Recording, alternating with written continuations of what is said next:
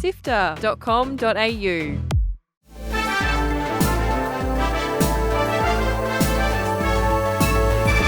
Hi, I'm Fiona Bartholomeus. And I'm Kyle Paletto. Welcome to Walkthrough, Sifter's weekly recap on the biggest news in video games. This week, GTA 6 gets a confirmed release date, a dodgy Switch update bricked some consoles, and Borderlands is releasing a little earlier. Here is the news for Sunday, 4th of May. Let's go.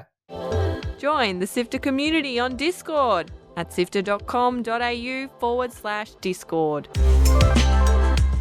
Some good news and some bad news for GTA fans this week. The good news is we finally have a release date of May 26. The bad news is, though, that's May 26, 2026. Fantastic. A little bit longer to wait. Rockstar put out a very succinct statement late Friday night apologising to fans for the delay and thanking them for their patience and support. The team at Rockstar say the delay, as expected, is to give the developers the extra time they need to make sure GTA 6 lives up to the standard expected. Which, honestly, I get. The hype and expectation around this release is of a level rarely seen in this industry. And Rockstar really cannot afford to fumble it. I mean, really, they can afford literally anything. GTA 5 made a dumb amount of money, but you get what I mean. Speaking of release dates, the highly anticipated Borderlands 4 has had a release date change, and for once, it's not being pushed further away. Announced this week by Randy Pitchford, CEO of Borderlands developer Gearbox Interactive, the release date has been moved up by 2 weeks to September 12th. In a video posted online, he said the development was going so well that they decided to release the game earlier. However, there were some theories floating around that the company just didn't want to compete with GTA 6, which I guess they don't have to worry about at all anymore. Pitchford has since come out and said the change in date has nothing to do with GTA 6 or Marathon, which was also set to be released on 23rd of September, Borderlands' original date. He just said they're confident with the development of the game. What a rare treat. Yet another gaming company has put a halt on shipping to the US because of the increase in tariffs. This week, gaming controller and accessory company 8-Bit Dough has suspended shipments from its Chinese warehouse to avoid the new 145% tariffs on imports from China. Similar to what we reported with Anbernic last week, US customers can still order controllers, mice, and other accessories that are already in the company's US warehouse. However, you won't know what's available until you get to that checkout page. The company is well known for its quality third-party controllers that are compatible with many platforms, including the Switch, and its fun controllers like the mini Xbox controller.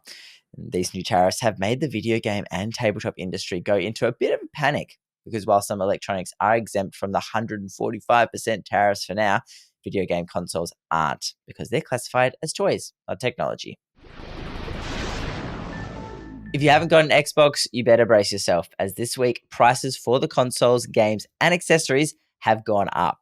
The Xbox Series X will now cost $850 Australian dollars, up from $800, and the Xbox Series S will now cost $550, up from $500. Again, these are 5-year-old consoles. This is not the direction pricing is meant to go at this late into a console's life. The controllers are also going up, with the limited edition Xbox controller now $130 Australian dollars and the Xbox Elite controller going up to $280.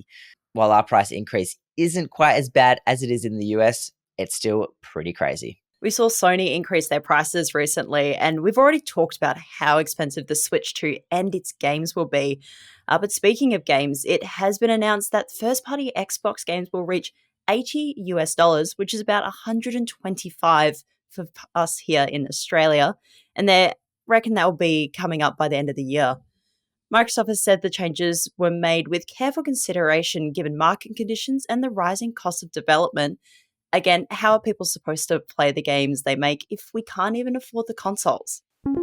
Okay, crisis averted, but for a moment there, Nintendo had the whole world freaking out after an update straight up bricked some Switches.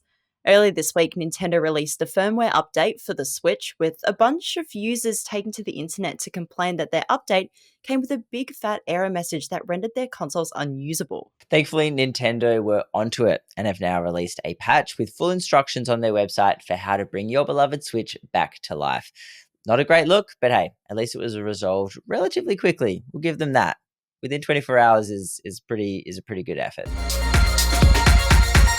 That's it for the headlines. Here are the games coming out this week. First up, we have a brand new third-person action RPG, Empyreal, but it's spelled Empyreal. Explore the ruins of a lost civilization of an unexplored planet on May 8 on PC, PlayStation 5, and Xbox Series S and X. Also out on the 8th is The Midnight Walk. It's a super atmospheric first-person horror adventure with a really cool claymation art style. It gives Tim Burton mixed with Little Nightmare vibes and could really be worth checking out if you're an indie horror fan. Grab it on PC or PlayStation 5 this Thursday. Revenge of the Savage Planet is the second in the sci-fi platforming adventure series, which I think the first one being really underrated. One major change is this sequel has shifted the series from first person to third person, which is a really bold move. We'll see if it pays off when it comes to PC, PlayStation 5, and Xbox Series S and X on the 8th. And lastly, live out the most boring part of your criminal fantasies when Cash Cleaning Simulator drops this week. It's a first-person life sim with some mystery thrown in for good measure and actually looks pretty fun. It's out on PC this Friday. Articles to read, Videos to watch. and podcasts to listen to. sifter.com.au. This has been Walkthrough by Sifter. My name is Kyle Paletto. And my name is Fiona Bartholomeus. Thank you so much for listening. If you're looking for another short episode to chuck into your day, have a listen to Drop Rate. We're doing speed runs over there, which are bite-sized reviews, and the latest one is with Gianni, who plays Elder Scrolls Oblivion Remake. If you're curious about that game, search for Drop Rate and Sifter on your podcast player and look for the green icon. Sifter is produced by myself, Kyle Paletto, Adam Christie, Courtney Smith, Chris Button, and Kat Jan. The episode is edited by both senior producer Mitch Lowe and Gianni Di Giovanni, who is Sifter's executive producer and also walkthrough script editor. Thanks to Brian Fairbanks from Salty Dog Sounds for recording the Walkthrough theme tune, and thanks to Audio Technica Australia and Apple for their support of Sifter's podcasts. We'll be back with more news next Sunday. See you then.